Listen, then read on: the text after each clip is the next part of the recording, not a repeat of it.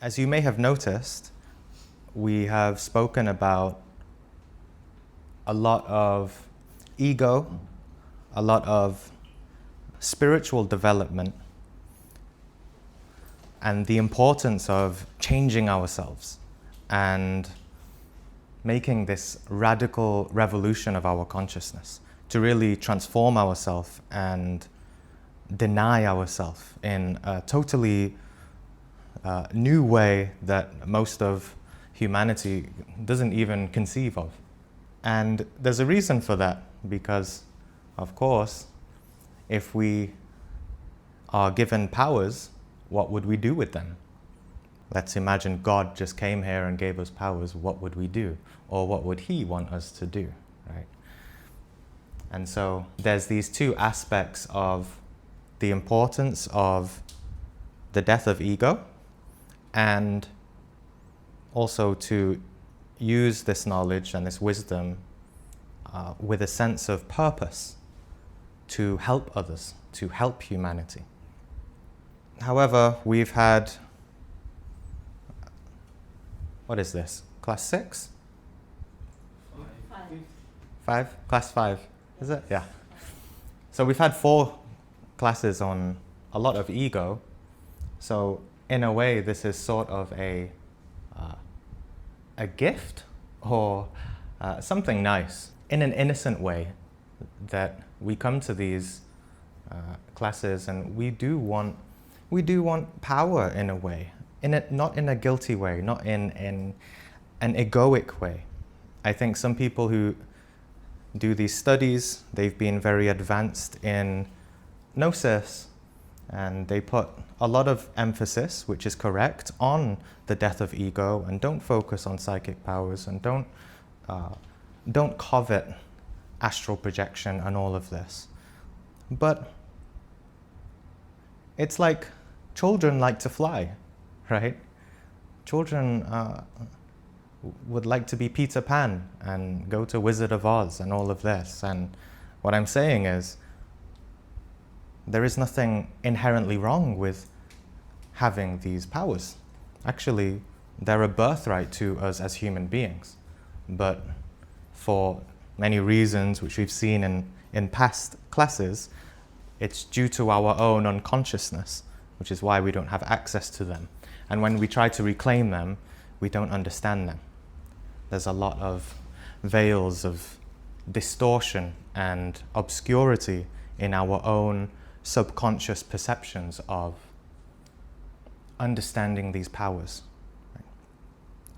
For example, we'll see that clairvoyance, a person may see certain things, but they don't know whether that is the truth or whether that is an ego, meaning it's the fantasies of their own mind, fantasies of their own subconscious. Not to say it's not real, right? There's a reason why they're seeing it, but they don't understand. That's called unenlightened clairvoyance. And it's like if I imagine an apple in my hand, a green, delicious apple. It exists. It's real. I can see it. But I have knowledge that my ego has created it. So, developing the chakras, awakening the chakras. You've all heard of the chakras, right? I'm guessing, or in some form or another. It's very popular. We watched the Indian music video just then, and India most relates to the most precise teachings of the chakras. However, it's not just coming from India or Hinduism. I've made a series on the chakras, which is very popular on YouTube, and a lot of angry Indians tell me that I don't give enough credit to India, but it's universal. Everyone is born with this. They didn't create the chakras, Utmost respect and honor to that tradition for giving us such precise wisdom of the chakras, but it just derives from masters who came from that land. It is universal to everyone. And in essence, the most universal symbol of the chakras is the Kundalini. So these practices, you could say, this a very fundamental practice of Gnosis is this aspect of awakening the chakras, but more fundamentally, connecting to the Divine Mother, the Kundalini, which is the most universal symbol in all traditions, all spiritual or religious traditions in their essence. So this aspect of the Divine Mother here, this doesn't work on the TV. The aspect of the Divine Mother here is coming from the ancient Egyptian tradition, Nut, N-U-T. She is the naked goddess beauty of Nut. When we look up into the night sky at night and we see the stars, we're literally looking into the naked body of the Divine Mother. Because what is space? The space is womb, the womb of creation, and we're all living inside her. It's this mother which allows creation to happen. The mother allows the father to create inside the world. In the same way, in that macrocosm, in our own microcosm, we have our own particular individual Divine Mother intelligence that we can connect to. And you can meet her too in astral experiences. You can have meditation experiences and connect with her. This divine feminine principle, this priestess, this Isis inside. And she comes in many forms. For example, I had an astral experience where I met my Divine Mother, and she came in the form of a very beautiful elderly lady. She was dressed very in these ancient clothes with beautiful white hair, and we were overlooking a pit of crocodiles, which represents my own egos. And she gave to me a necklace, a wooden necklace of skulls, different skulls. I don't know if you've seen the goddess Kali from the Hindu tradition. It's a Divine Mother, but she wears different skulls. And it's showing, I'll get a picture later, but it's showing that the Divine Mother is the one that can dissolve our egos. It's not us that can dissolve it. Because imagine we are ego already, and we say as an ego, I would like to dissolve the ego. No, there's some higher aspect of the being has to descend into us. And that specific part that can dissolve us and help us on the way is the Divine Mother. For us in the Philippines, probably for most of us, we connect much better, or we get inspired to Mother Mary, right? The Virgin Mary, if that resonates with you. Right? So she comes in many forms. In that experience, she gave me a wooden, it's a handcrafted wooden skulls, a necklace. And she hands it to me, and she says, you made this. I made this. She said, you made this thousands of years ago in the Aztec civilization. And at that moment, I got flashbacks. She shows me images from that past life, that I had done this work before. I had done this work of dissolving the ego, as many students who come to these teachings have done already in some kind of form, usually. That's why we're drawn to these sorts of teachings. It's not normal to be drawn in this day and age to be drawn to these teachings. So the message there was, continue. Now you have to continue. Continue that work of dissolving and dying to the ego. So another symbol of the Divine Mother is also the Kundalini, the sacred fire, which starts at the base of the spine. And it's a fire. Of course, this is relating to the sexual teachings that we've lightly touched still. We still need a class on it, but I think a lot of you are already understanding intuitively. When you save that energy, instead of going out, it awakens. The mother is sleeping here, but we can awaken it. And there are two serpents inside us, a masculine one and a feminine one, and a central channel here that awakens. And you'll see there should be 7 in this picture. 1, 2, 3, 4, 5, 6, 7. 7 centers. And as the energy rises up the spine, dissolving our obstacles, going up the chakras, we awaken to the Father in heaven, in Christian terms, right? To the crown. Just as the macrocosm, we have the microcosm. Up here is the heaven, right? Down here is the hells.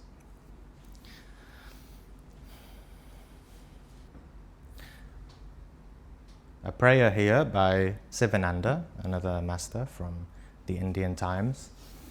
Wake up, Mother Kundalini, thou whose nature is bliss, thou dwelling like a serpent asleep at the lotus of Muladhara. Muladhara is the root chakra. Sore, affected, and distressed am I in body and mind.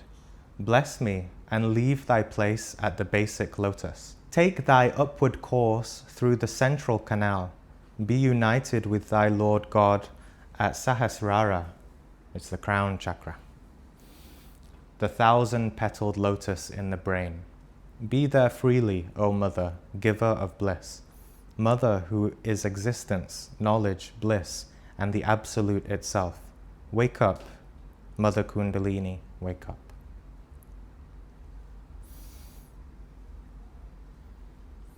So, of course, this aspect within us, this divine feminine principle, this Mother Mary, this Isis, Madonna, whatever you want to call it, when it is awakened, we are beginning to become friends with our own being.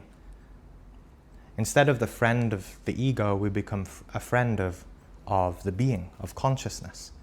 And she starts to guide us, starts to give us intuition, especially through the most direct connection, which is through the intuition.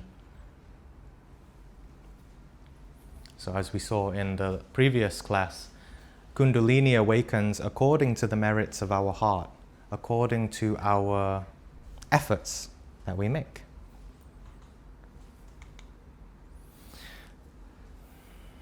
So we'll talk about the different powers, the different powers of the soul that come to us when we do this work.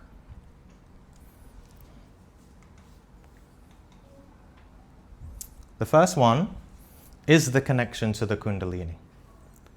To work with the Divine Mother Kundalini, to have that connection, starting from the base of the spine, the deepest part of us, to renounce the ego as much as possible and pray and meditate and aspire towards that intelligence inside us.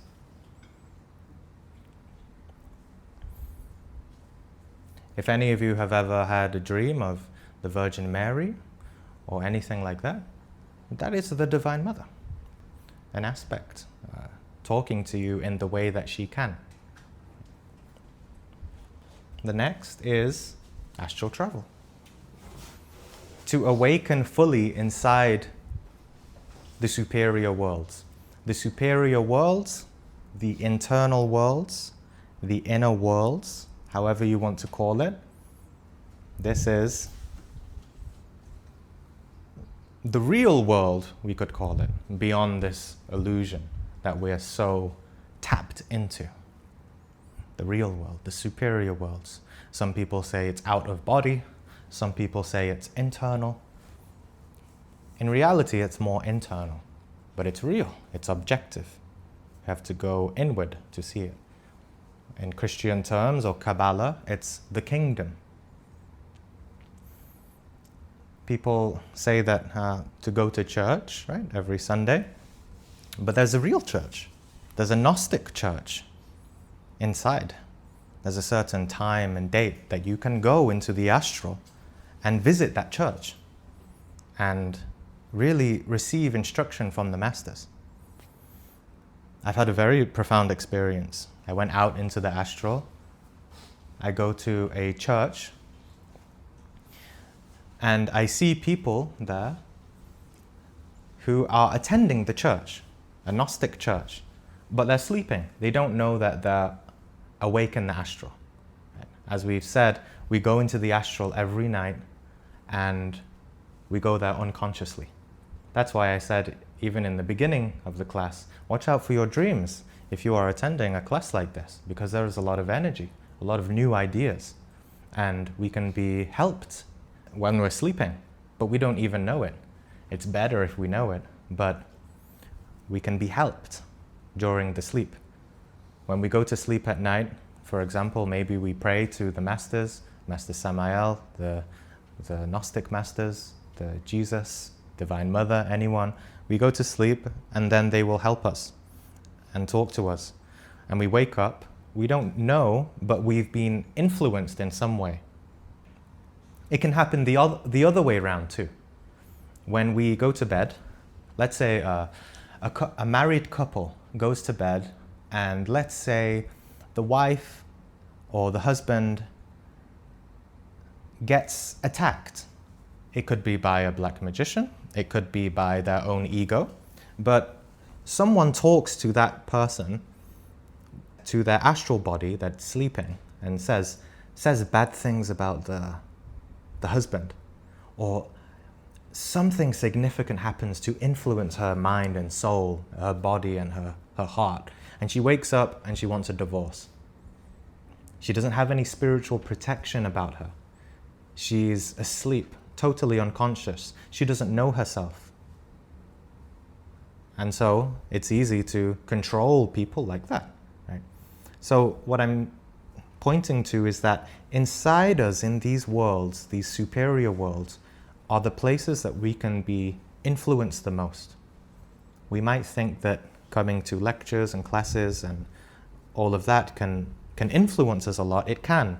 However, the most important thing is to be conscious of what are we experiencing inside, in the internal world. What are we most connected to? And that's different for all of us. We all have specific energies we're connected to. Certain egos, maybe certain angels. Maybe some of us have a guardian angel, a certain person that looks out for us in the astral. We don't know. We don't know. Even as we sit here, we might be influenced by the subtle voices of our intuition, our divinity, our ego. It's all up to us to do the work, to transform, to learn and understand ourselves, what's going on inside. So, one of the powers of the soul, astral travel, to awaken fully inside the superior worlds and be awake. Right? Go to sleep, let the physical body sleep, and awaken. You can literally feel yourself coming out of body, and you can fly somewhere, or you can think to yourself, I would like to go to the Eiffel Tower in Paris. You'll go fast, like that. Wherever you want, you can go.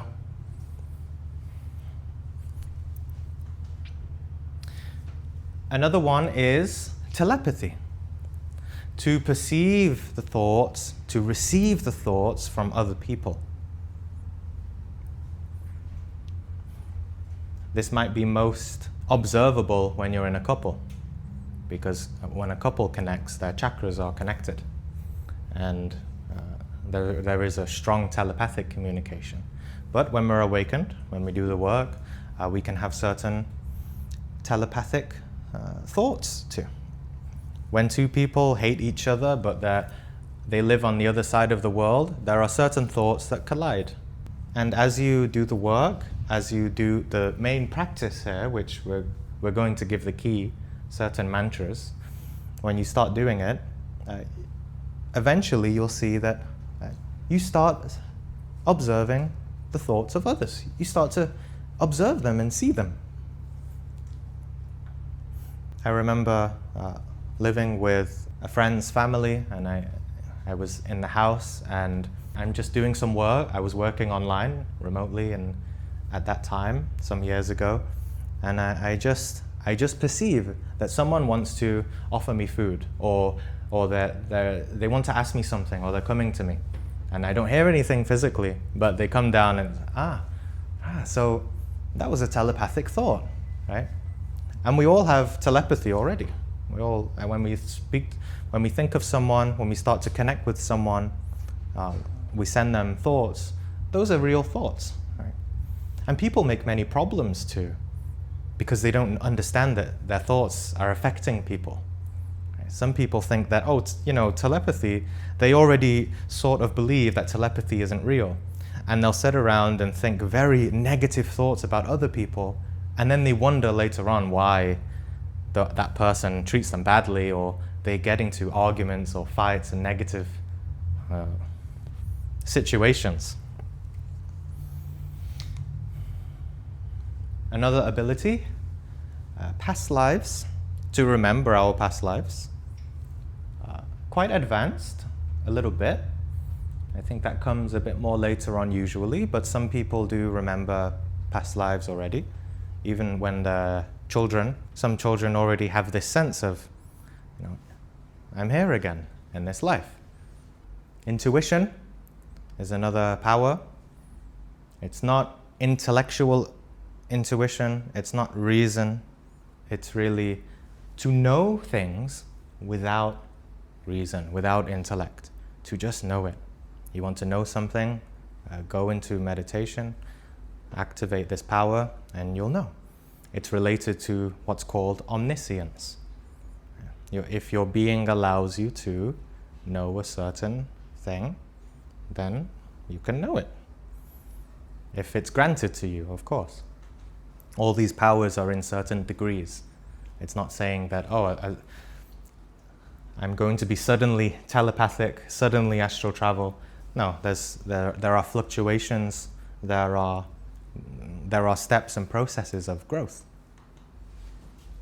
The next one, clairaudience. To hear from the superior worlds. To hear internally, inside. To hear, literally hear the voices. The voices of, maybe at first we hear the voices of the ego, but later on we can begin to hear and listen to certain voices from divinity. And also to hear intuition, we may hear telepathy. When you're in astral travel, you might hear, as you're coming out, sometimes you just start to hear music. You start to hear, you can just hear things in general. It's like clairvoyance, but clairaudience. Maybe you can do it with animals too.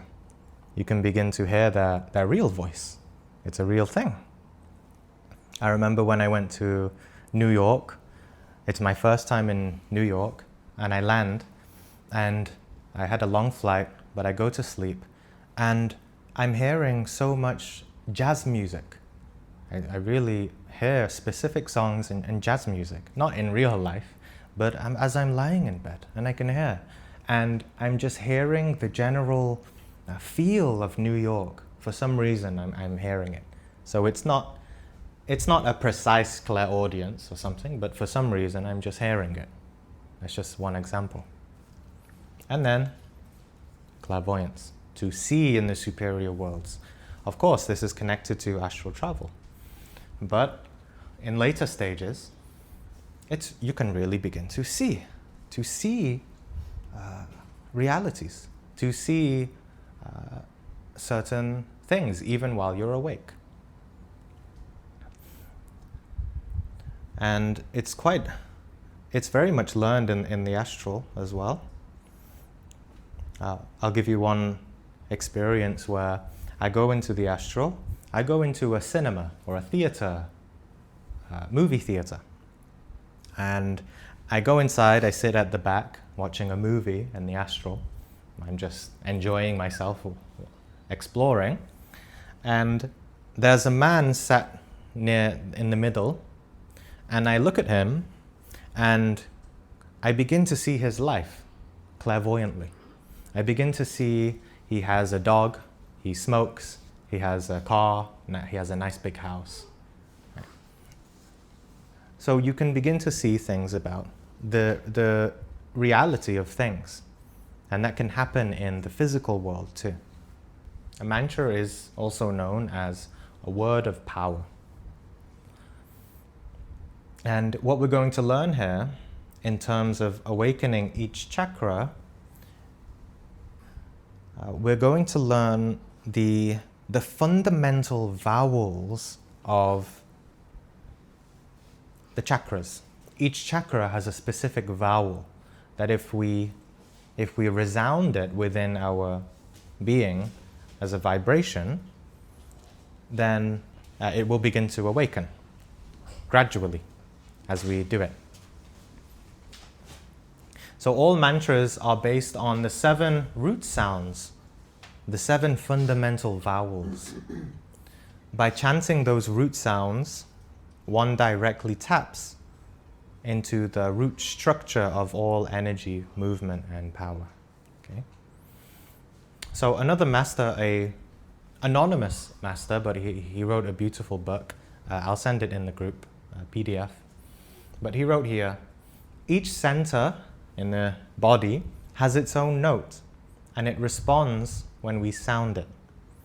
He who sounds the proper vowels, the 7 vowels of nature, harmonizes these centers to evoke the activity of our latent atomic centers. We use the 7 vowels of nature called mantras. So these are the 7 chakras which awaken according to the Kundalini. We have the root chakra, Muladhara, the sacral chakra, Svadhisthana, the solar plexus chakra, Manipura, the heart chakra, Anahata, throat chakra, Vishuddha, third eye chakra, Ajna, and the crown chakra, Sahasrara. So these are not just entirely physical. These are also related to the 7 main glands in our body.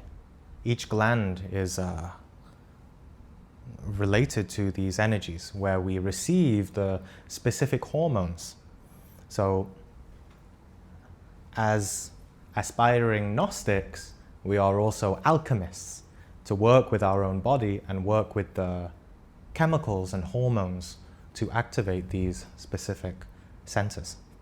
So this isn't just a path of pure spirituality, but also a path of really working with the physical body too, to work with the physical body as the foundation. So you're going to hear the 7 vowels. We'll do the practice too. But it's important to know that we begin with the top one. We begin with the crown. Many teachings in New Age teachings, you'll hear that they begin with the root. We begin with the crown. And there's a reason for that, because we need to develop the understanding and the wisdom, and to understand ourselves and to get in touch with these higher centers first, so that by the time we come down here, we have some energy to perceive the lower chakras, the animal nature, the ego, the lower nature. Right? The heart is the intuition, that's the center of our gravity, center of our being. And this is the lower, this is the higher, and we have to work with both. And you sort of see an infinity symbol here, see, like this. Going through the root, the heart, the heaven. The center, the earth, the hell. Hell, earth, heaven. Okay? So, the first mantra, E. Not I, but pronounced E. E. Okay? This vibrates the pituitary gland and the pineal gland. So E is the same for crown chakra and third eye chakra. Or in the teachings, it's generally just the third eye, and there's no mantra for this one. Because this one, the crown, right, to be given that and to have that awakened, depends on all of this. If all of these are awakened and purified, this bliss, this awakening is natural. It will come naturally. But you can also, if you like, in your own personal practice, you can also do the E mantra and do it twice if you like. An instructor told me one time that the crown chakra sound is the same as E, but you can do it like this. E.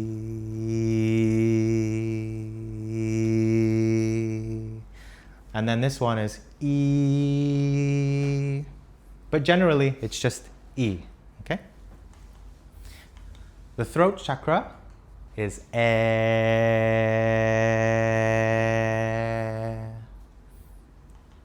The heart is O. We did that last week, right? Solar plexus, Oo. So a little difference here, O, Oo. And as you're doing the meditation, of course, you can keep your attention in the specific places. Right? Now there's another one, Ah. So there are 7 vowels, but remember that this vowel, the I, E, is already related to the third eye in the crown chakra.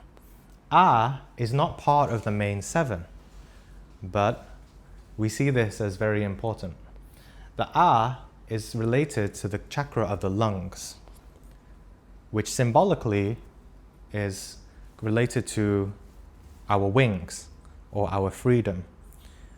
The Ah is the ability to remember our past lives. This helps us with our past lives. When a baby is born into this world, what sound does it make? Ah. Ah! Back into the world of existence. Ah! And there's a reason for that. Ah. And it's related to the lungs too. When a baby's born, it takes its breath. This breath is the same thing that we have throughout all of our existences. It's the only physical thing that we have in all of our existences. So Ah is related to the lungs.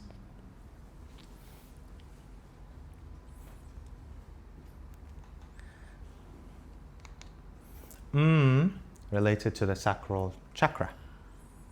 This is related to our sexuality as well. Related to astral projection too. It's here. Sometimes in occult traditions and many teachings, when people go out of body, sometimes they see a silver cord coming from the belly button. Right? That relates to this sacral chakra. What sound do we make when we enjoy eating? Or we're having pleasure? Right? It's related to that too. Related to our senses, our sensuality, our vital energy, our sexual energy too. So these two at the bottom will also help to transmute the energy too, the sexual energy. And the last one, the sound of a snake, related to the coccyx, the base of the spine. And if you keep your attention there, doing this sound, it begins to work with the serpent, begins to work with the Kundalini. So in New Age, more, I guess, in more superficial terms, in more New Age teachings, they would generally relate these chakras, just so you have these first ideas about these chakras as well, and not just awakening the powers. I'll start with well, I'll start with the New Age teachings and then which one is related to which power. Usually it's described that the root chakra is related to our physical body, related to survival, related to our sexuality too, related to our ego. Right? Men go to work and have money because they feel this animal instinct to survive in this world. The sacral chakra related to sex, sexuality, sensuality, enjoyment. If we enjoy ourselves too much, we get tambuk, right?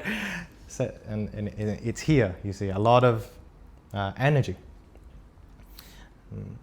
Sexuality, connection to the astral body too, the emotions as well, the feelings, related to also the connection with the Kundalini again, right? Relating to the silver cord, which is the umbilical. Related to it's related to our ego. You could say it's also described that this solar plexus is the seat of our ego. It's where the ego sits on its throne. Here. And because this is also related to our will, our willpower. The So this is where these three, this is why I said that these three are most related to the ego. And this is where our ego lives. So it's about, are we going to have the will of the ego or the will of our being, the will of our essence? If we can have the will of our essence, our being, the serpent can go up and connect to the heart. But lots of people get stuck here because this is also related to power and how we handle power. If we use power in an egoic way, we continue to live here. But if we start to awaken, we can move to the heart chakra, where our being can speak to us. The heart, of course, is related to who we really are, right? Who we are, related to our connection with God, divinity. It's related to our intuition, okay? The throat chakra, related to our word, right? How we create the world through the creative word. It's connected to our internal logos, meaning the word. And that's what humanity has already done. We have created this world through our words. Our words have great significance. The words that we say externally and the words that we think internally literally create our reality. So it's also on the surface related to our expression, our self-expression, how we express to others. Okay. The third eye, of course, this is related to dreams, astral projection, imagination, awakened imagination, right, which is really a true intelligence. It's related to clairvoyance. Okay. And this one is the crown chakra, related to omniscience, bliss, knowledge, understanding all of these mysteries for ourselves in direct experience. So, related most to the Kundalini, working with the Divine Mother. This one, very much related to astral projection. Related to telepathy. When we receive thoughts from others, it's not coming in the brain.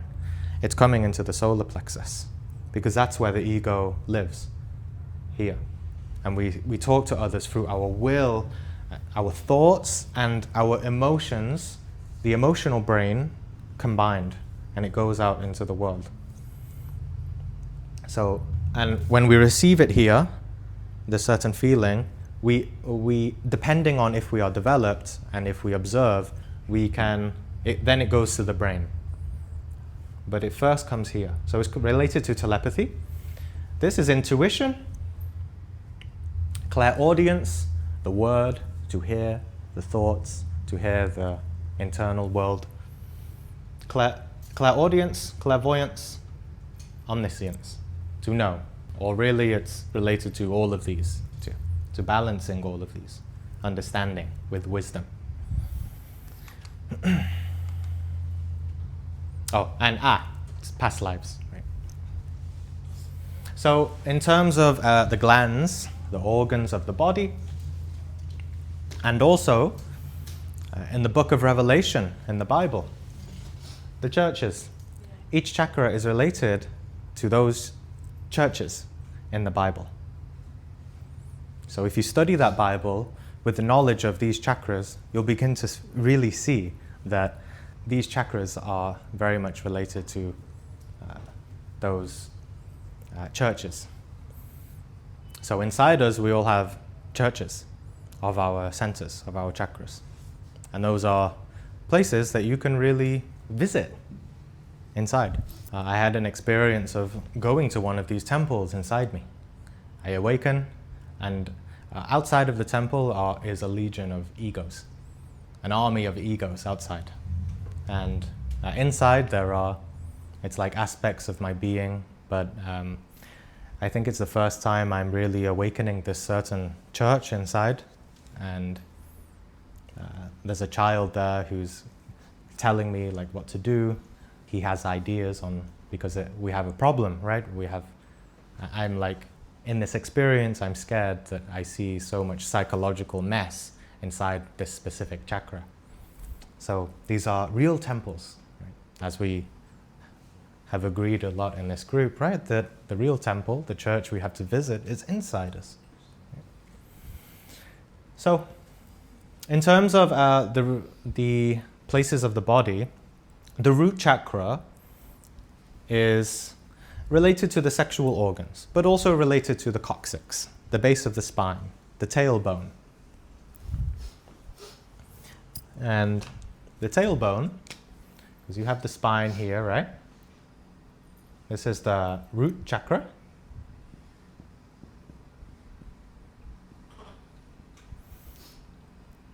Where the serpent is sleeping. It's at the tailbone. The Kundalini is not awakened yet. So, if this is not even awakened, then where is our energy? Where is it? It's not even there. It's lower. This is the symbolism of Satan's tail. That internally we can also see.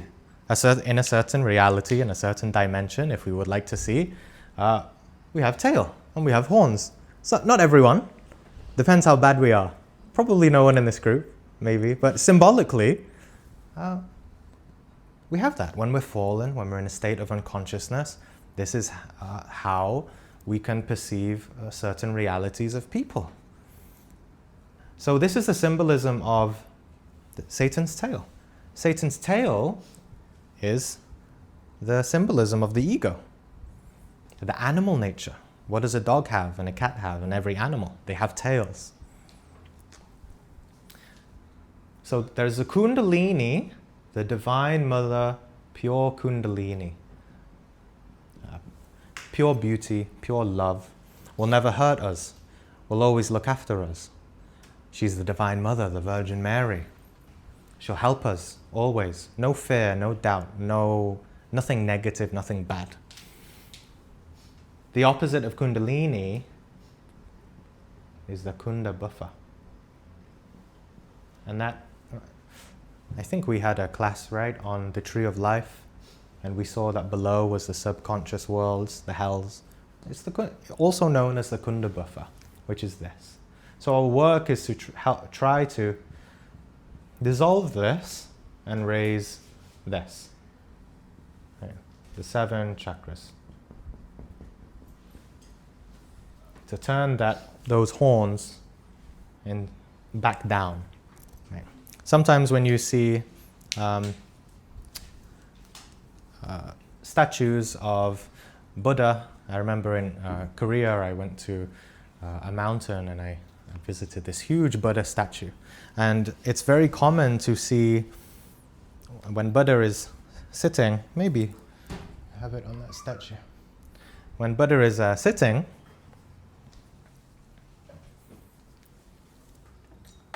there's many types of Buddhas. No, there's none here, but usually you'll see that there are demons below, at the bottom. Not here, but usually there's demons and monsters. And Buddha is always on top, because it's showing that any true master is not just a master of heaven, not just an innocent angel, but also the master of the underworld too. Means he has command of the underworld. He has command of his own egos, right? Just as Master Jesus, right? What's the part of the Bible where he goes into the temple and he's angry? Jesus is sort of has this divine anger, right? And he's whipping the egos to, the people, to get them out of the temple, right? Because he has that power. So, sexual organs related to the root chakra. The next one is the prostate in men and uterus in women. Okay. When you start to practice sexual transmutation, you might feel energy there. So you just need to do more pranayama to help to relieve that energy. Lungs. There's no church here. No church for the lungs because it's not the main 7. But we do this to help us remember ourselves and remember our past lives. The solar plexus is related to, in different teachings, it's related to different parts of the body. Sometimes the kidneys, the pancreas, the liver, things like that. It's usually just this region here, just below the lungs, the organs there. The heart, the thyroid gland, and these are all glands. There's 7 glands in the body. The heart is a gland in itself. They secrete certain hormones, especially when we start to do these practices. The thyroid gland for the throat. You might see that when I know someone, I've known a few people actually, that they use their word, they use their voice in quite a negative way. They abuse it. Maybe they just talk too loudly all the time. They don't stop talking. Or they say a lot of angry words to other people and really affect them. At some point or another, usually that type of person loses their voice. They can't talk. Or they talk like this by many years, and because they've abused their word. Even when we insult someone, even when we say bad words about another, it's already, right? It's black here, right? It's like a black magic when we say bad things about others, right? Gossiping, all of this. This one, the ajna, is related to the pituitary gland. A lot of people think that it's related to the pineal gland, but it's not. Ajna, the clairvoyance, is related to the pituitary gland. And that's confirmed in science too. The pituitary gland is to do with our vision. And the pineal gland, that's where the seat of the soul is. That's where the throne of our soul lives. Right? So the throne of the ego lives in the solar plexus. The throne of the soul lives in the pineal gland. Right? And that's awakened when the Kundalini gets us there. Right? The Divine Mother, it delivers us to the Father. The Father's more distant in the beginning, a little bit. But in the beginning, it's the Mother. She takes care of us. She soothes us when we're suffering and gives us wisdom and teaches us how to get to the Father in the heaven. Okay? So, we'll do a practice for the chakras. But before we do that, before we go into meditation, we'll continue the 8 steps of yoga, right, that we've been seeing. And now it's getting more profound. So we looked at yama and niyama, right? Moral disciplines, attitudes, self-observation, ethics and morality. Asana, posture and relaxation. Pranayama, harnessing the life force to get in touch with our energy. So the next one, we're looking at pratyahara, withdrawing. By the time we've gone into moral discipline, relaxation, pranayama, we're at that stage in meditation. I've rang the bell twice, right? I ring the bell once for relaxation, then I ring the bell again for pranayama. Next is withdrawing. So we just go into concentration, right? But you can just reflect intuitively to understand this aspect of withdrawing into the self, withdrawing into the superior worlds. We don't directly go into the superior worlds, right? Because we're not masters, you know? But, you know, Master Samael, before he would write books and give revelations, he would just go into meditation and boom, he's exploring the superior worlds. But us, we need to go into the internal worlds, but it's not really the superior worlds, it's the internal worlds, because we're looking into our own world, right, of the ego and understanding what's there. Maybe sometimes aspects of divinity come inside, but generally it's our ego. So we'll look into that, and also dharana, which is the concentration. Okay. After that is really the meditation, absorption into the consciousness, and then the samadhi, the bliss, the going into the being. Right? So turning inward. So 5 aspects of this just to reflect on and to meditate on. So by the time we've done the yamas, the asana, the pranayama, then the goal in meditation, as we prepare the mind to go into concentration, the goal is to stop the mind from reacting to the senses, to the sensory input. Even if, you know, we can be in even very deep meditation, even if we're in the middle of Cebu City, even if it's very loud, even if someone is saying ayo outside, it's not going to distract us at all. Because if we are a good meditator, we do not react anymore to the senses. So to not react to sounds, the eyes are closed. But you can also do meditation like this. Sometimes you see the Buddha meditating, and it's like he's like this. His eyes are just a little bit open. That helps us with meditation.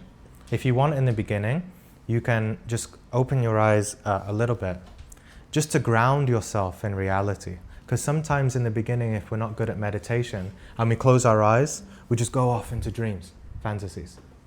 So in the beginning, it's actually very good if you want to develop concentration to open your eyes a little bit. Then when you feel the mind is prepared, then close your eyes. So not to be distracted by smell, anything. I think sound is the most distracting for most people, right? Usually. In the West, I find that the world is more orderly. And I know some people who they get so distracted when they hear annoying sounds and they can't meditate. But I find that in places like Philippines, you grow up with so much sound all the time and you don't get distracted by it that much, you know. So yeah, it's funny to observe that. So the next part is control of prana.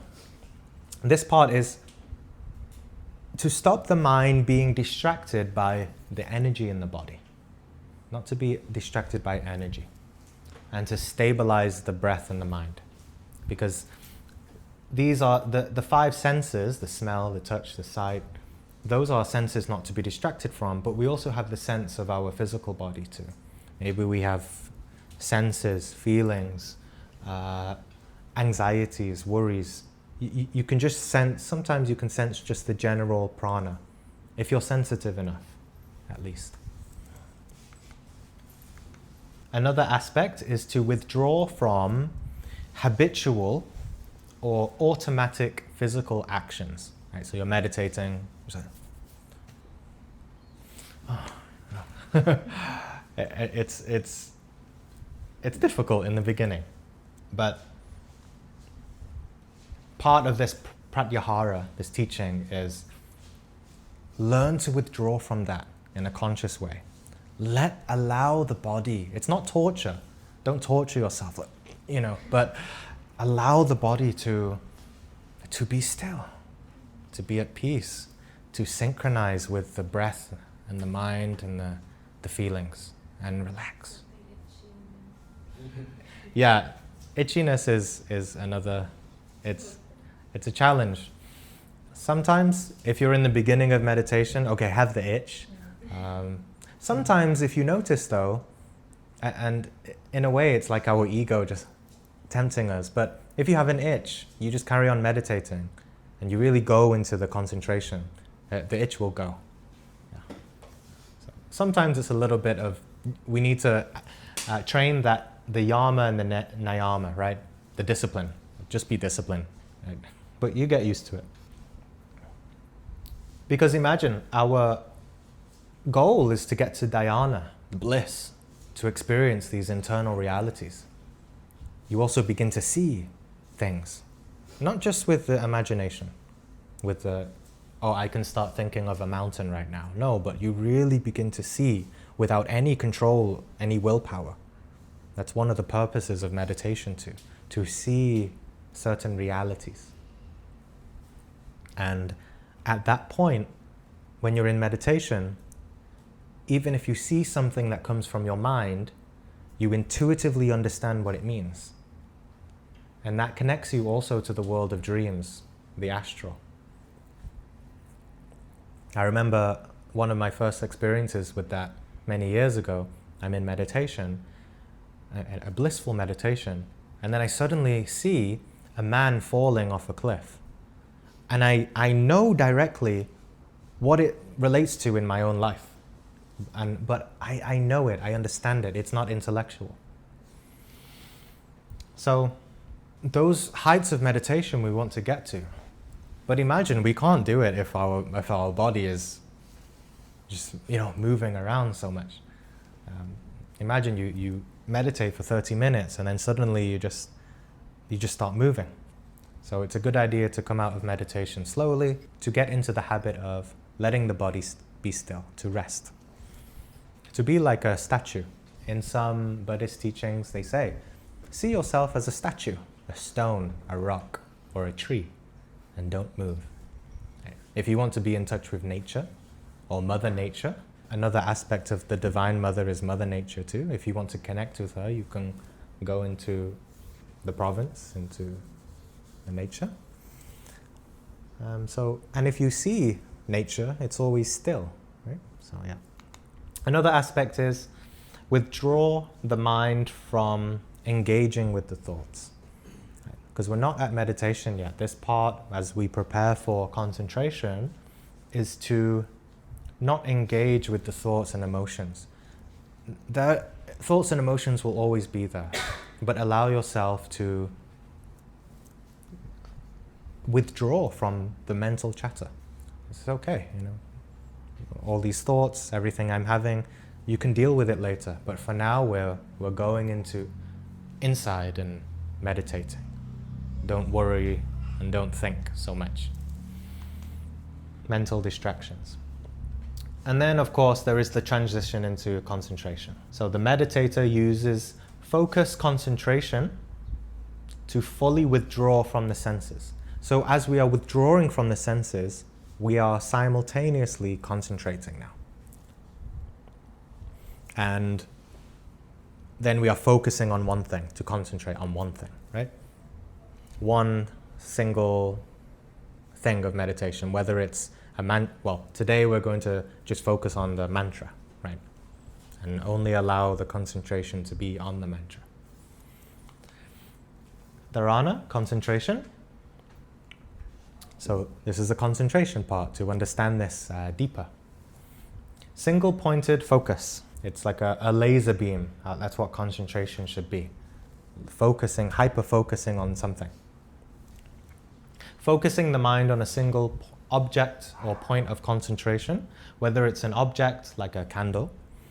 You can do that at home. It's a good meditation to look at the candle flame and only focus on the candle flame and develop your concentration. If we all look at the candle flame now and try to look, usually people cannot only focus on the candle flame without another thought coming in. 30 seconds tops. 30 seconds is already good if we can do that for 30 seconds. Right? If we can extend that to 5 minutes, 10 minutes, 30 minutes, our concentration is getting really strong. If we can focus on one thing without any thoughts. So to single-pointed concentration or focus on an object, mantra, the breath, the chakras, or also you can focus on your awareness itself, which is a higher form of concentration, more advanced. But the key in this is in choosing something meaningful that resonates with you. So hopefully today I've inspired you a little bit to focus on the chakras and awaken them and feel the benefits of that. And as we concentrate on it, through this meaning and this aspiration, your spiritual motivation, the concentration will be good for you because you want to do that, right? There's many practices in Gnosis, and people ask a lot, what practice should I do? There are hundreds. Do the ones that resonate most for you.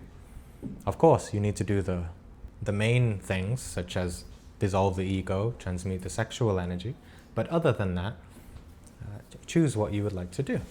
Object of focus. You should focus on something meaningful that resonates with you, something that naturally draws concentration from you without causing strain. Not to concentrate because you feel like you have to, but because you want to. For example, if some of you love the Buddha, you love the Divine Mother, you love Jesus, you love Santo Niño, then that's an amazing point of concentration. If you love that, you can bring that into meditation, and that object of meditation will bring you deep inside yourself because you love it. Place of concentration. So this is where the concentration happens.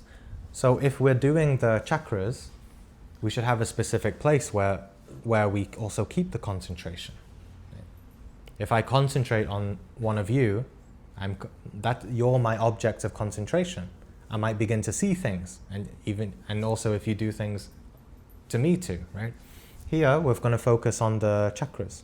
If we're focusing on maybe a statue or the candle, in a way, in a sense, you literally become the candle because you are concentrating there. So the content of awareness too, concentration. So as you concentrate, even though there generally shouldn't be so many thoughts, the mind is an active world, right? So while you're meditating, also be aware of the content of the mind, or also the state of the mind. That's what I'm saying. Be aware of the state of the mind as you meditate. If you're having random thoughts of unrelated things, it's not great. But the state of the mind should be free of distractions. It should be filled with inspiration, with thoughts. If you do have thoughts, they should be related to your object of focus, right?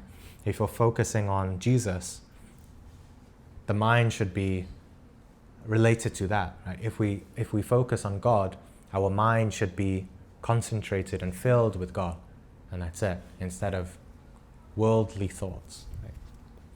And again, devotion or passion for the object, cultivating a deep connection or devotion to the object of concentration.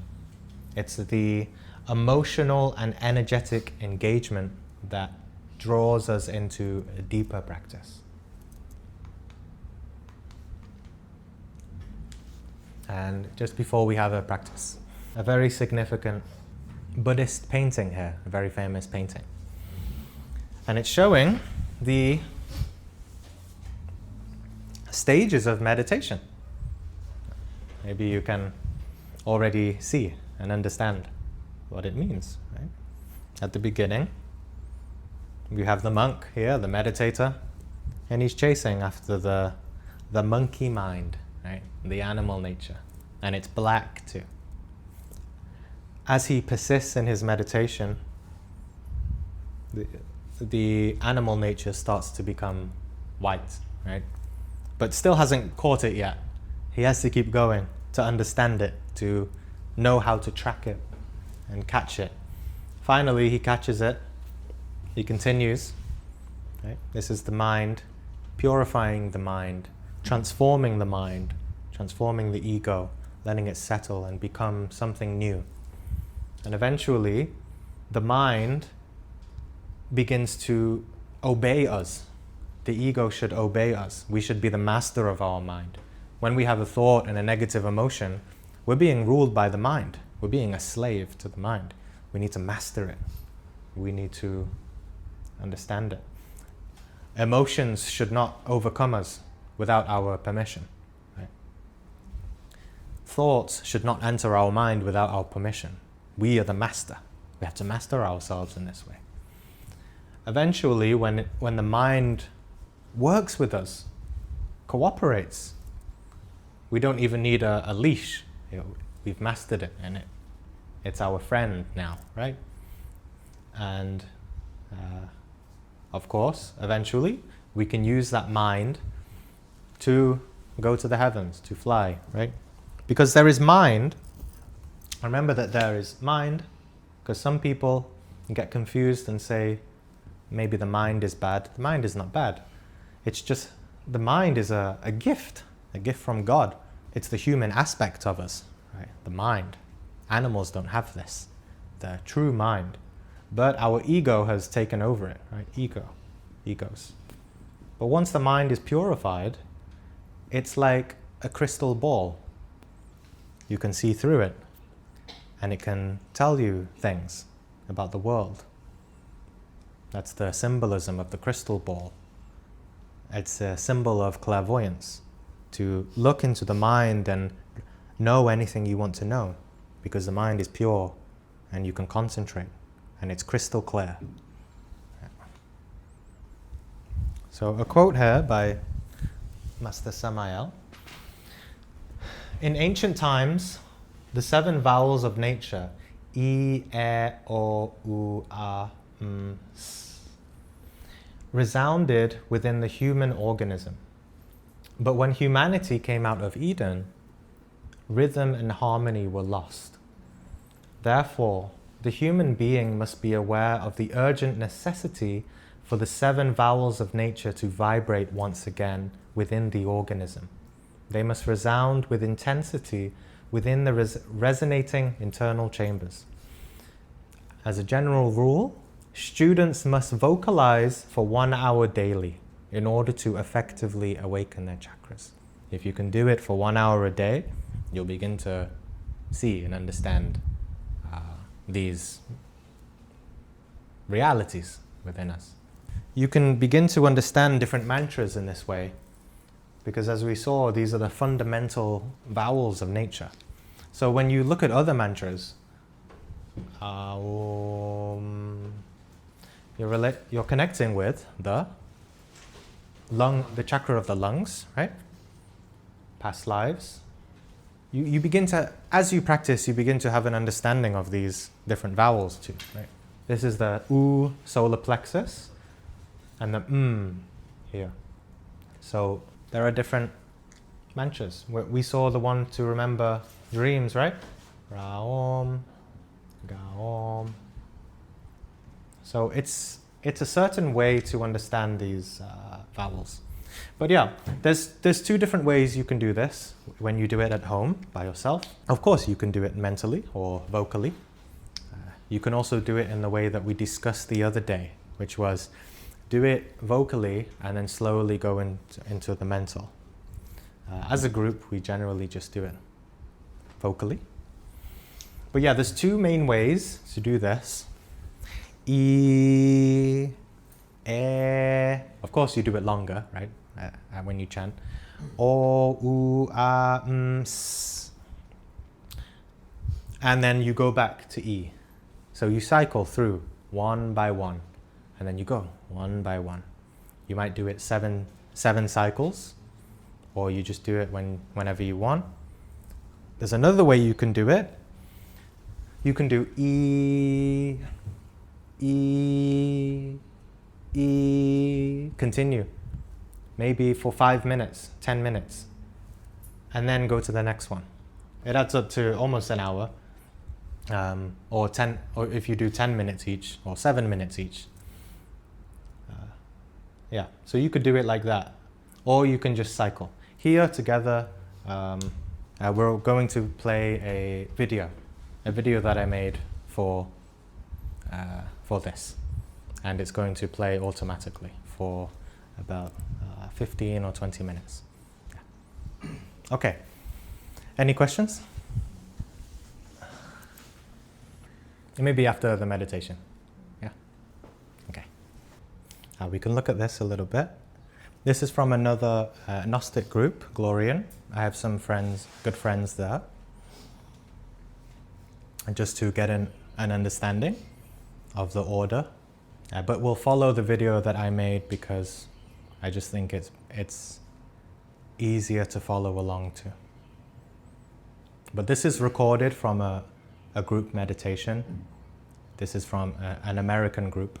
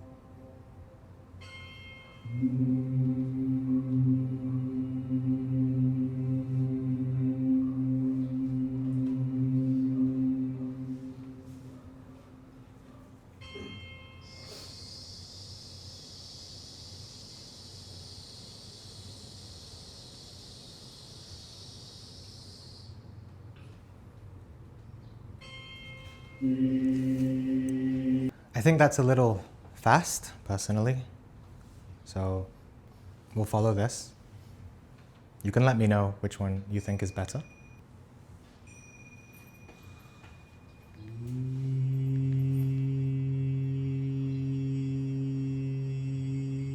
And these are also the colors for each chakra. So if you are a visual person, you can also see these colors while you're in meditation. Or maybe sometimes if you meditate very deeply, you might see the color come to you. And if you're very visual, you have so much energy, you can also visualize these colors or even the shapes rotating this way.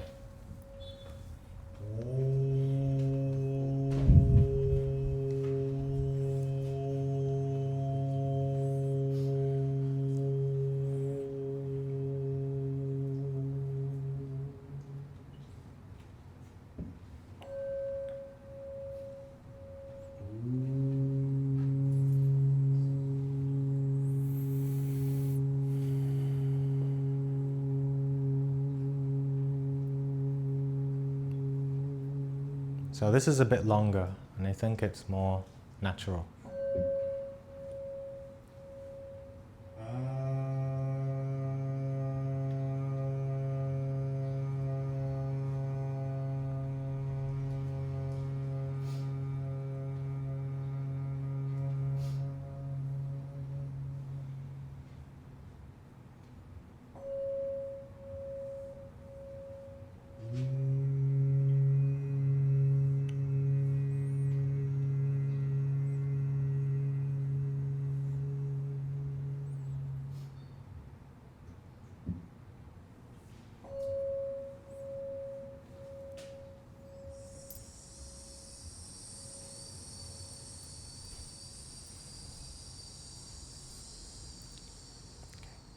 So I think it's a little better, slower.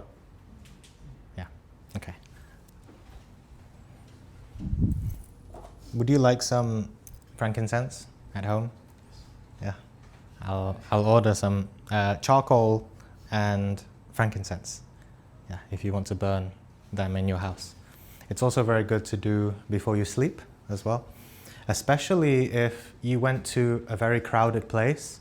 Maybe you work in place like, or you go to like SM Mall, or you're in a crowded place, or maybe you go to a movie theater where people are feeling very emotional.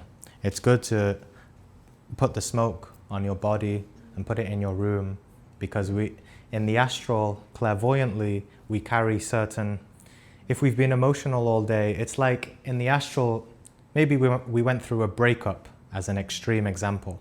It's like maybe a clairvoyant can see like a very sad ego creature behind us, you know, things like that. This clears it. If you've ever been in your bedroom and you wake up in the middle of the night, or maybe sometimes you had an astral experience, but you saw like a creature or something bad in your room, you probably need some cleansing in the house. And you can try to find a clay. If you use metal, just be careful because it gets hot, but clay is good. Or sometimes you can just find a rock or a stone, but a flat one. So when you're at home and you have this, you can cleanse yourself too. Cleanse the aura of the body. And you can put it on the floor, put your feet.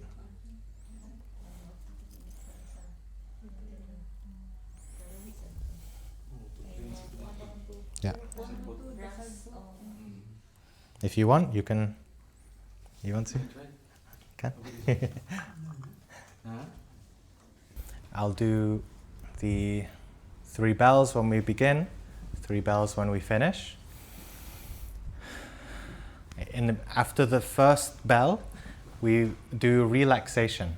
So, focusing the mind from the feet to relax the feet, the legs, the hips, the groin, stomach, chest, neck, head. Relax. So that's the first thing we do, relaxation. And then a bell, and we do pranayama. And you can do the inhale, right? And hold it for, you can also hold it for as long as you like, 10 seconds, 15 seconds, 30 seconds, up to you, and then exhale. Or you can do the hamsa, right? Hamsa, which is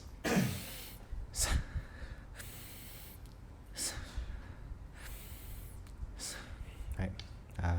Just if we do that one, just try to do it more quietly so we don't distract others.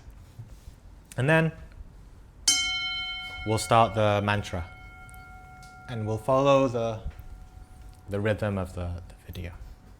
Okay? Okay. So beginning with the relaxation.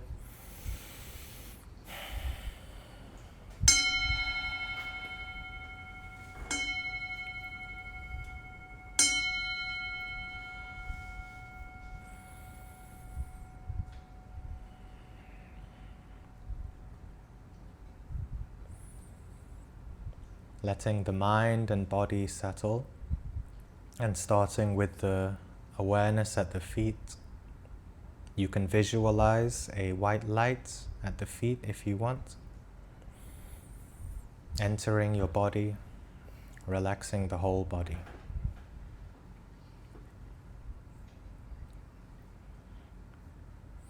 Going through your feet, ankles, legs,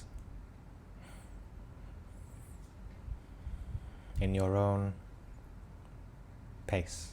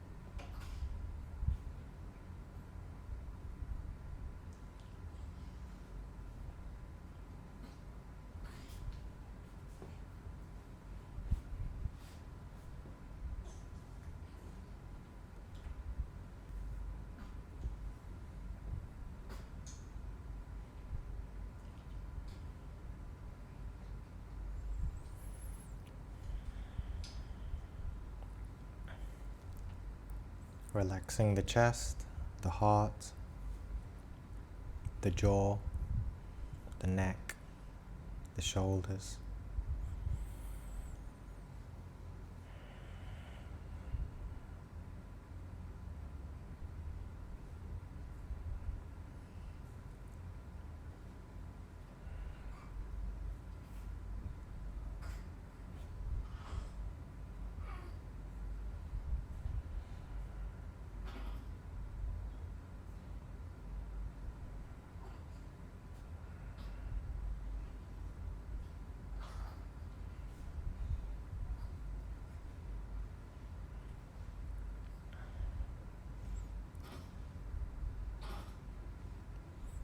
Preparing the body for stillness, going into pranayama.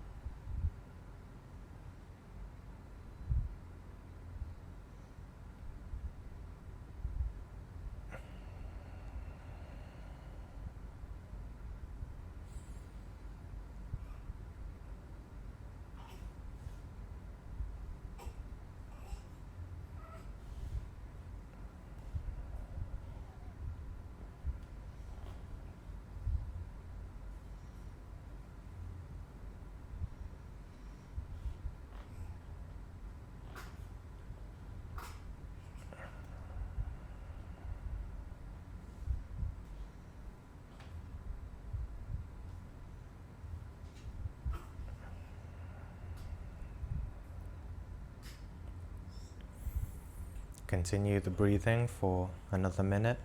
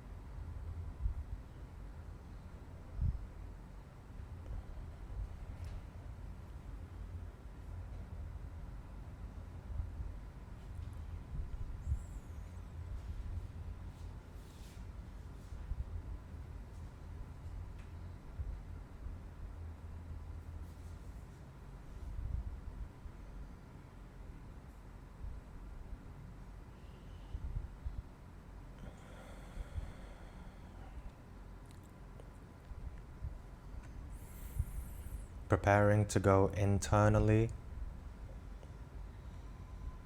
withdrawing the senses, preparing the concentration onto the mantras, absorbing the awareness and the attention into the mantras.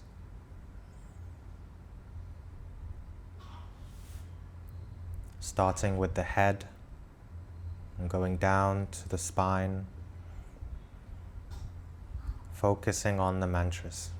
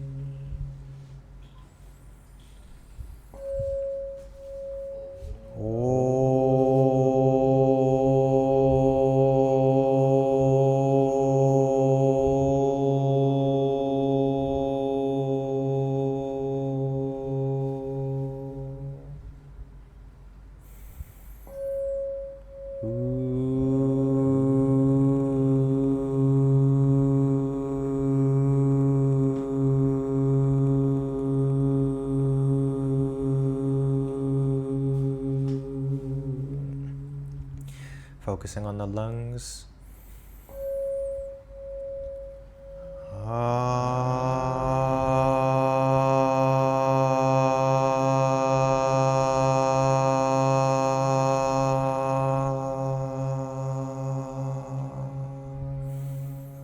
Focusing on the lower stomach.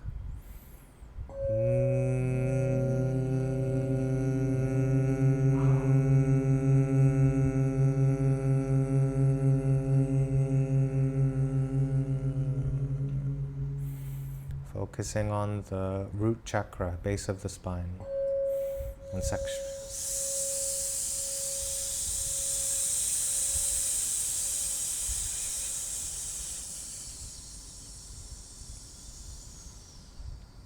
And back to the pineal gland, the brain, the head.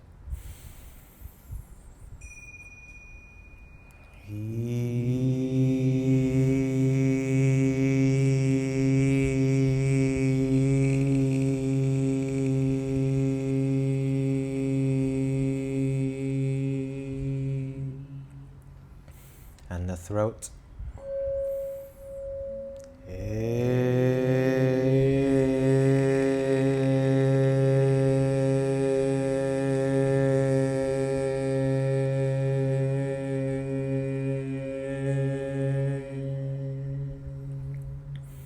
And the heart.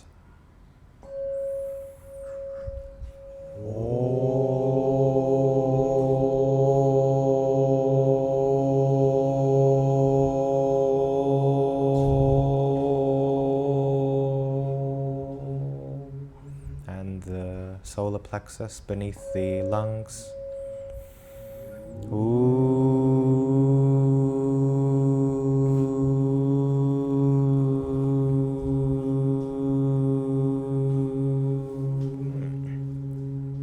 And back to the lungs again.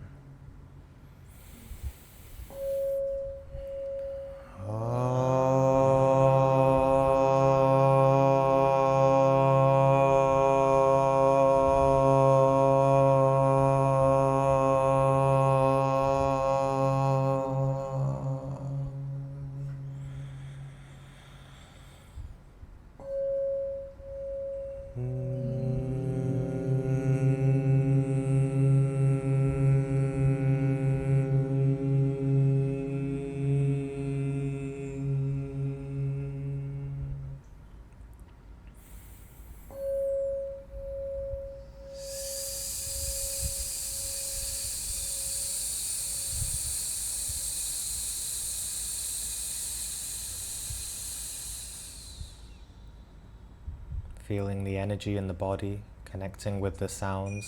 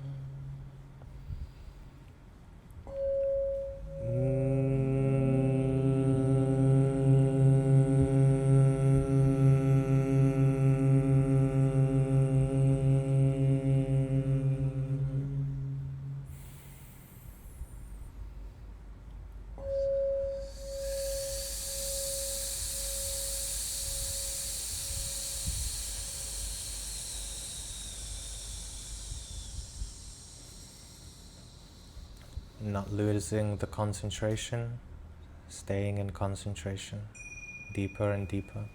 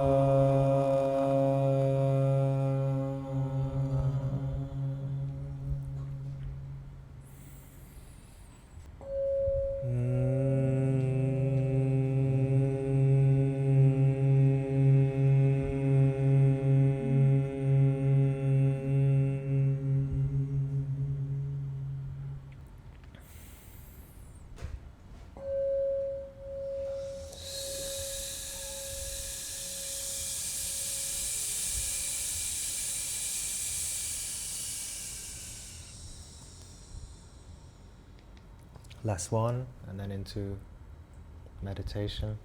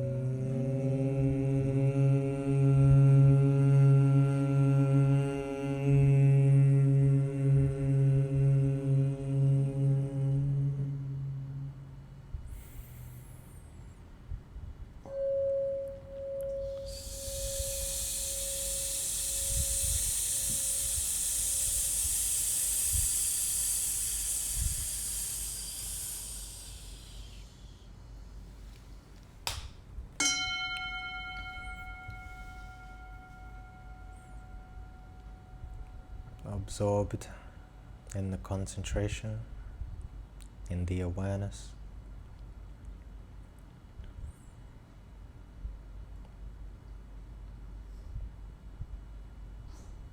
Going into deeper stillness.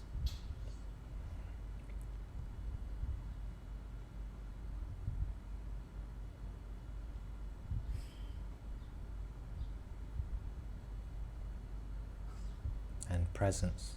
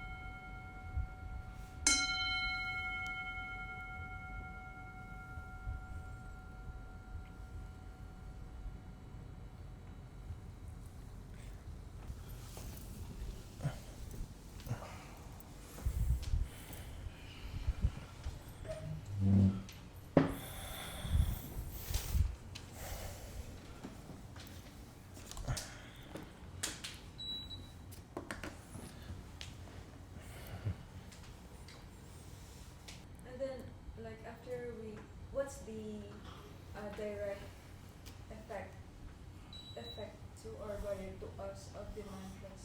Like right now, we just did the mantra, right? What's the direct effect to us? Effect? That to us, maybe psychologically or spiritually.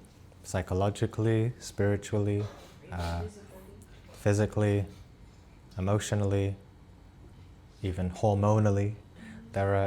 It's cleansing and balancing and purifying those centers, getting them more in alignment. So like before we meditate, we're more like this, right? But we're just trying to get more like this. And the centers are becoming more aligned, more harmonious. We feel more at peace, hopefully, right? If we've not been meditating a lot, then it's hard to experience that. But generally, we'll feel more peace, more balance, more clarity, more understanding. And of course, if you continue it, imagine every day, for a good amount of time, you'll start to feel the benefits.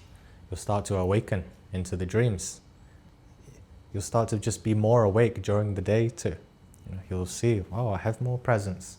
I can feel at peace and not be so sleeping in my, in my head, but I'm really awake, I'm appreciating life more. You feel a higher level of being. You feel happier, right? Many things. And then you mentioned that the spiritual gifts would be activated. Yes. In time. Yeah, especially if you do it for the recommended amount, which is 1 hour a day, you'll see it advance quite fast. Like you'll be more telepathic or... Yes. Astral travel, better connection with divinity. Yeah. And of course, in combination with observing the ego, dissolving oneself, sexual transmutation, all of that. Yeah. But yes, even if you just commit to those 1 hour a day, you'll see significant changes. Yeah. But it takes time, patience, consistency, perseverance. Yeah. And about the telepathy, could it be that someone could alter your fate just by them wishing you bad luck? Could do. Ultimately, it's up to you. If someone is sending you bad thoughts and wishing something bad, then it comes to you, whether you know it or not, and it's up to you if you allow yourself to be influenced. But if you're in your being, if you're balanced, if you feel the presence of God with you, nothing can touch you, nothing can affect you, right? But let's say you're having a very bad day, you're feeling very angry, you're feeling moody, and you feel something and you feel like sending something back, or something like that, then right? That's why it's a whole lecture, but we will have a lesson on the 3 factors, which it's the most important 3 factors of the teachings of Gnosis: death, birth, sacrifice. These are the 3 most important teachings of Gnosis. No matter all the teachings, everything, the most important thing are these 3. Death of the ego, birth of the higher bodies. So when you die, something will be born, your consciousness, your astral body, everything. And then sacrifice. That means sacrifice for humanity, to love others. Of course, if someone is sending us a lot of negative telepathy, the best way to respond is through love, right? Forgiveness. In that sense, forgiveness is an act of high magic, white magic, because that dispels it all. Love thy enemies, love thy neighbor. So Master Samael, he gave a practice for that. If we are in a situation where we have an enemy and we feel such a strong connection, we can't stop thinking about them, and we have an enemy, someone sending us so much bad things. Maybe they're even sharing things on Facebook about us, and we just have an enemy, right? he said the best thing for this is to go into meditation, then see that person in meditation, see them, and send them love. It might be difficult if your ego hates them or thinks something. You have to forget all that and make the effort to love them. And you can send a blue light. Blue is the color of God of the Father, of Atman. That's why blue or purple is like here, right? The chakras. So send them blue light and love and forgiveness, everything. And then it's gone. You'll see over time it will just go, the problem. Yeah. In the beginning, I did this when I was in my 20s, and you can also do it in everyone in your life, or especially negative relationships that you don't want anymore. You can see that person and not just send them love, but you can meditate deeper and you can see your connection to them, you and them, and how you relate to them, and you can see a cord of energy between them.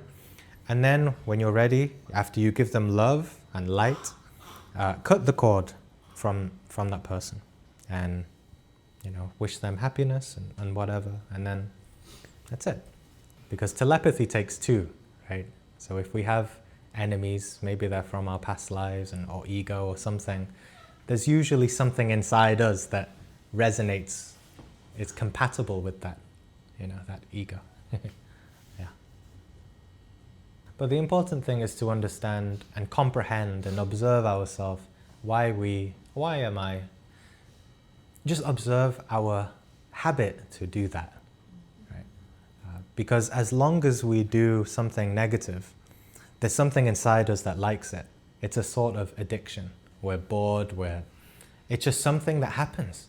And so if we stop that habit, stop this addiction, stop the thing inside us that likes it, we might say externally, oh, I hate this person, I'm so sick of it, I'm so sick of this person. But inside there's a little cheeky devil smiling, right? That likes it, So we have to comprehend this part. Or maybe it doesn't like it, maybe it's truly pain. But the comprehension for each of us is different, psychologically. Maybe it's from our own trauma. Maybe we need to understand ourselves very intimately and deeply. Why is it, Not right. Maybe it's not pleasure, Like maybe it's from pain to. We can't judge ourselves, and we can't just say, oh, that's bad and I won't do it. But it's better to comprehend deeply why. Because if we understand why, then we'll usually stop doing it, because we understand ourselves then. Yeah, go ahead. Because Okay. you mentioned also about words earlier, right? Yeah. The power, how it can, the power of its creation in this world. So, what do you think about curses? Curses. It's common for even us desires upon to cuss all the time. Yeah, there's a lot of funny it's cusses. Out of expression. It's not necessarily towards a person, but of course, if it's towards a person, it's too intense. Yeah.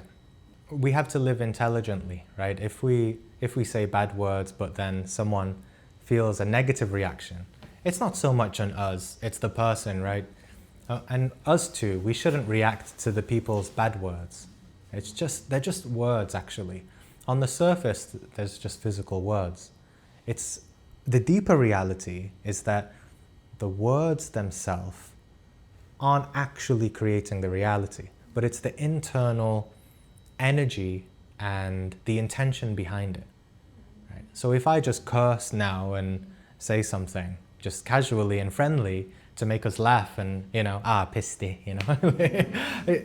it's nothing, it's okay, But of course, if I'm going to insult someone, right, we said yawa sometimes as an example, but if I'm going to call at you and with an energy and we're going to become enemies, and that's something else then, right?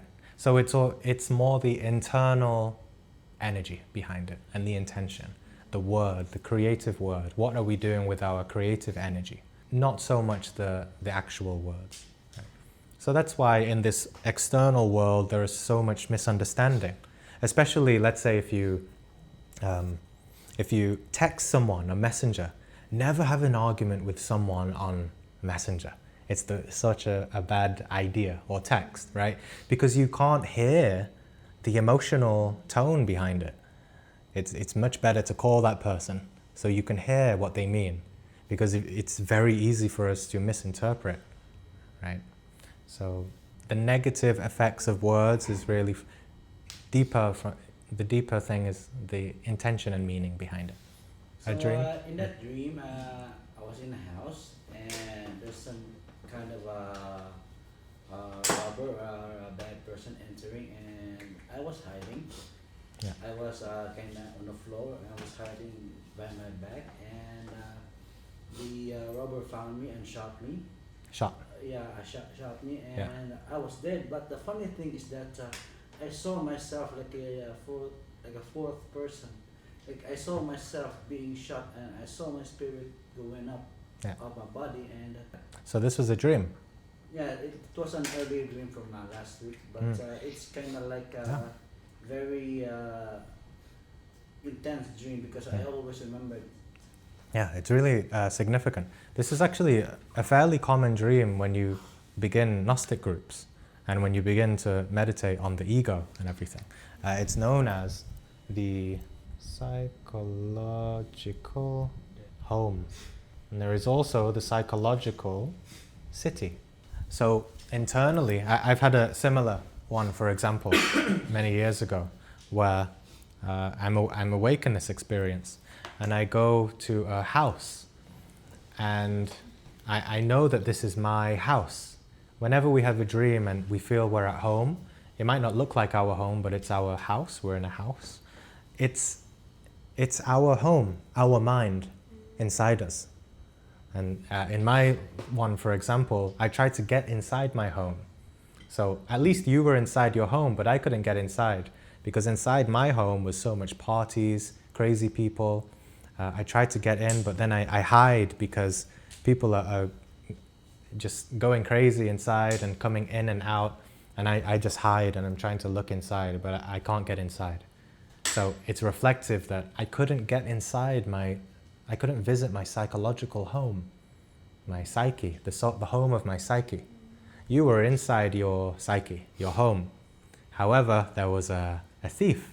A thief, of course, is the ego, because the ego steals the consciousness from us. And if we're awake inside, the thief doesn't like that because you're the owner of the house, but he's taken over, right? So he's gonna, if he sees you, you're nothing, dead, right?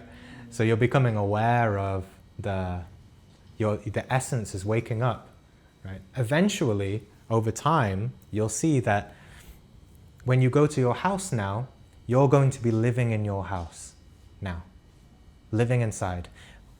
When thieves come in, they're going to run away because they're scared of you, because you have power now. You know yourself. You know how to kill your ego. You know how you have something about you. Yeah. But yeah, in the beginning, when we first see our psychological home, it's usually something like that, what you described. And later on too, there's also, once we start living in our home, there's the psychological city. We'll start having dreams of being on streets, going to places. And that city, of course, is made up the 7 biggest buildings there, the biggest corporations that rule the world, the matrix, right? Those 7 corporations are the 7 sins, the capital of lust, capital of anger, and then all the little egos. So we begin to explore our psychological world, our internal world and the state of it, and meet new people and understand things about ourselves. So, yeah, very significant. Yeah, because at first I was really scared because it's the first time a thief broke to my house and he just shot me. Like, my God, what did you do? Yeah, yeah, and in general, is that the dog? Where is she? In general, when we die in dreams, it's generally a positive sign when you die. I got shot a lot in so many dreams when I first began, really. But it's generally a positive sign because it shows psychological transformation. Something is dying inside. It's not that good that, you know, an ego shoot us and die, but we're becoming aware of something, you know. Through death, we have birth, right? Transformation. So, yeah. Like, what about the people from your past visiting your dream? Like, you know, they're trying to maybe, especially you randomly meet them in your dream from the past. Like people, friends from school, Yeah, something like that. Like That's a very common one. It might be that you still have some connection with them telepathically, or also it shows parts of your past when you developed certain egos, and those egos still exist within you. So, for example, when I was young, like 20, I used to smoke weed, and I was a bad bad person in a way, right?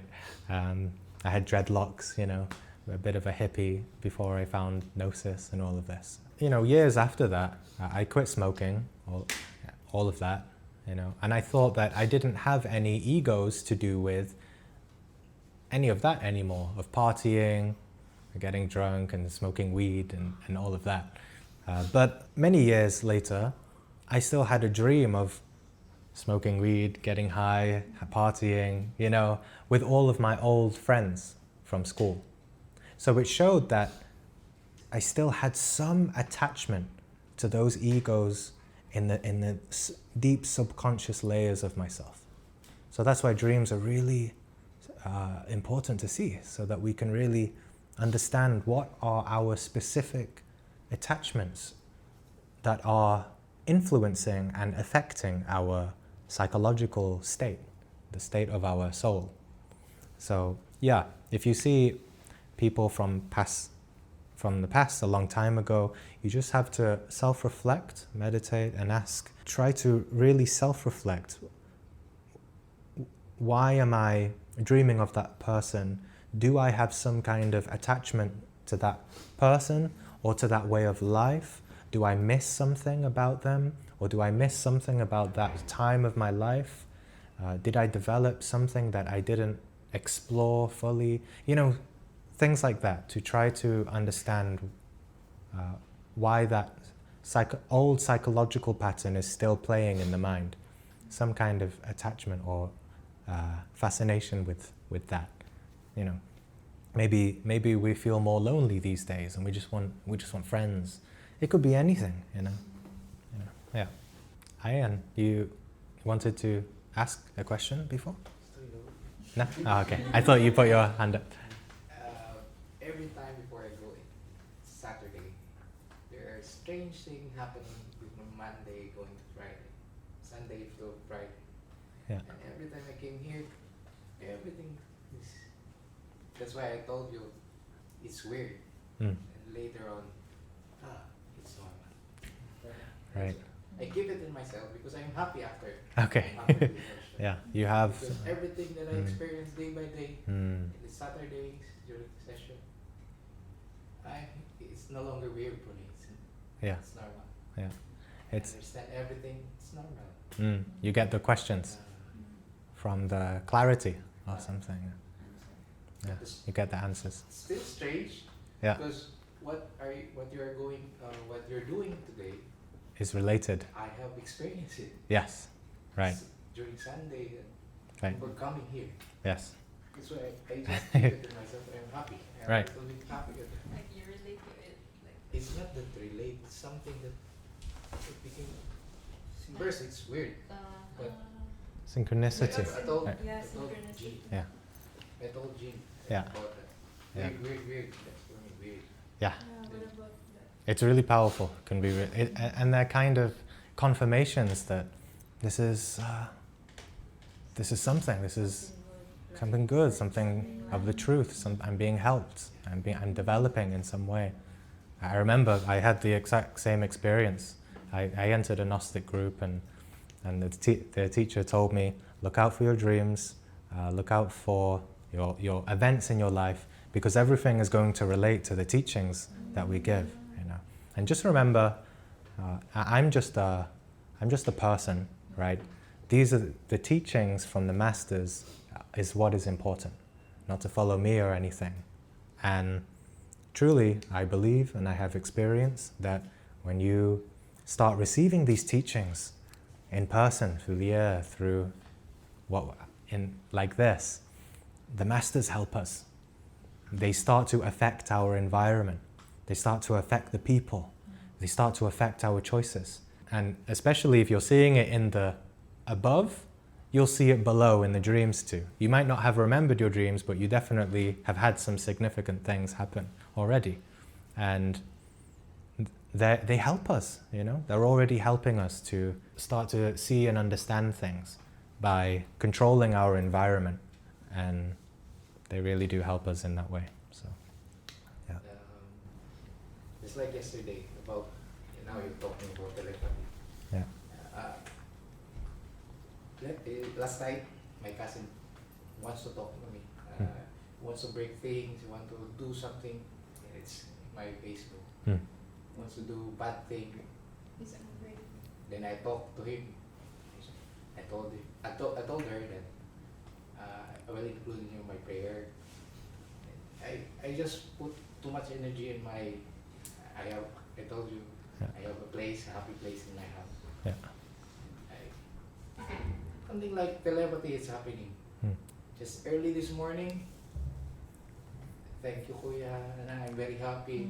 From the feel niya. Sorry. So, well, very happy. And when you do your lecture, I close my eyes. I try to recall what happened on Monday, Saturday, and it's happening. Yeah. It did happen. Yeah. That's why I just keep myself reserved and try to think. Yeah. what happened. Yeah, absolutely. It's okay. I'm very happy after the lecture. Yeah. What we call this one. Yeah. I fulfilled. I'm happy. Great. Yeah. Great to hear that. And that's Gnosis too. To see it, to validate, to prove it to ourselves in direct experience. But we can't explain that to others. Even as you're explaining it and we hear, it's like, oh yeah, intellectually. But only you have experienced it. And that's your own Gnosis, you know, to start gaining that experience and confirmations. So, yeah, great. It's very hard to convince, but I just keep it to myself. Yeah, Okay. of course, yeah. I don't want to convince her to another person. Right. Yeah. And in a way, that's what I want to do too. I don't really want to convince. Just present the teachings. If the person is ready for these teachings and wants to know, they'll start to experience certain things, and they'll convince themselves in a way. Yeah. In a way, drunkenness of the mind is opposite of meditation. Right? We want to be clarity. We want to be sober. It's really sober. Anyone in the world, they're not drinking alcohol, but they're still drunk with their minds and their thoughts, right? It's like, there's a spiritual teacher, Eckhart Tolle, who gave the example. This is the world of thoughts, right? Thoughts. Everyone is drunk with thoughts, and that's one of our biggest problems, thinking. So we have to deal with that. To deal with that is we need to have meditation. And we rise above thoughts so we can see, right? This is an eye, right? We can see the thoughts. Most people don't know how to meditate, so they can't deal with the thoughts. So they don't go up, they don't rise above thoughts, they go down. And they go into drunkenness, right? They become drunk. They fall below thought. And what is below thought, right? There's a saying like, someone's just a potato or a vegetable, right? You go into the vegetable kingdom, the vegetable state, because you're just like You have no thoughts, just, right? Usually, some people think in meditation that to go into meditation, you should have no thoughts. But actually, having no thoughts or no mind is very it's very superficial. It's very shallow. It's like a vegetable. The mind is a beautiful thing. So it's not about having absolutely no thoughts, but the mind should be filled with consciousness and light and self-understanding. Yeah. So drugs and drink, drugs and drink, they help you to deal with thoughts by ignoring them and falling below them. But meditation helps us to rise above, go above the surface. It's like the ocean, right? You can either drown in the thoughts or you can fly above the ocean and have fresh air to breathe. Yeah. So, okay, how about those organic drugs or hallucination that natives usually take? Is it? Psychedelics. Yes. Yeah. Psychedelics is more like you do fall below thoughts too, but it's also a manipulation of the thoughts. So hallucinations, and they'll change the thoughts and make them more appealing, more attractive, more woo, like that. You know, I had a friend a long time ago who he took, was it LSD or something? The next day he comes to me and he believes that he is Jesus Christ. Really? Really? He really believed he was Jesus Christ. I think he just thought that he's just like so like, because he's interested in spiritual teachings, right? But he makes the mistake of taking these strong drugs. And of course, inside him, he has some kind of ego of pride, of thinking he's amazing. And maybe he did see some kind of light, but the ego turned it into something. And I think for like 2 days, he thought he was Jesus Christ. He's causing problems with friends and family. And he's just really like, I'm Jesus. Like, I realize I am. I think that he didn't sleep for like 2 days or something. I think the drugs started to wear off because it's dangerous. You could go into schizophrenia or something worse. Psychosis, that's it. Go into psychosis and schizophrenia. I think on the 3rd day, he started to realize there's something wrong with him. And so he called me and he asked for my help. And so I said, all right, come to my house. And I just, because he continues doing meditation and thinks he's Jesus Christ and maybe taking more drugs. All right, I said, no more drugs, don't meditate, just do normal things. I took him for long walks, I just let him talk. I gave him a lot of food and I let him watch television and just do normal things. Eventually, after like a week, he became more normal, but yeah, I think it had a slightly negative effect permanently, but maybe. I've not spoken to him for many years, but probably he's better now. But it's a dangerous thing. There's a teaching. Each of us has an aura, or also called a Buddhic web. Buddhic web. And this is a protective aura. It protects us from the mental world. And it helps us to know what's our own thoughts and what's the world of the chaos. And abuse of drugs, especially strong psychedelic drugs, they start to destroy this filter.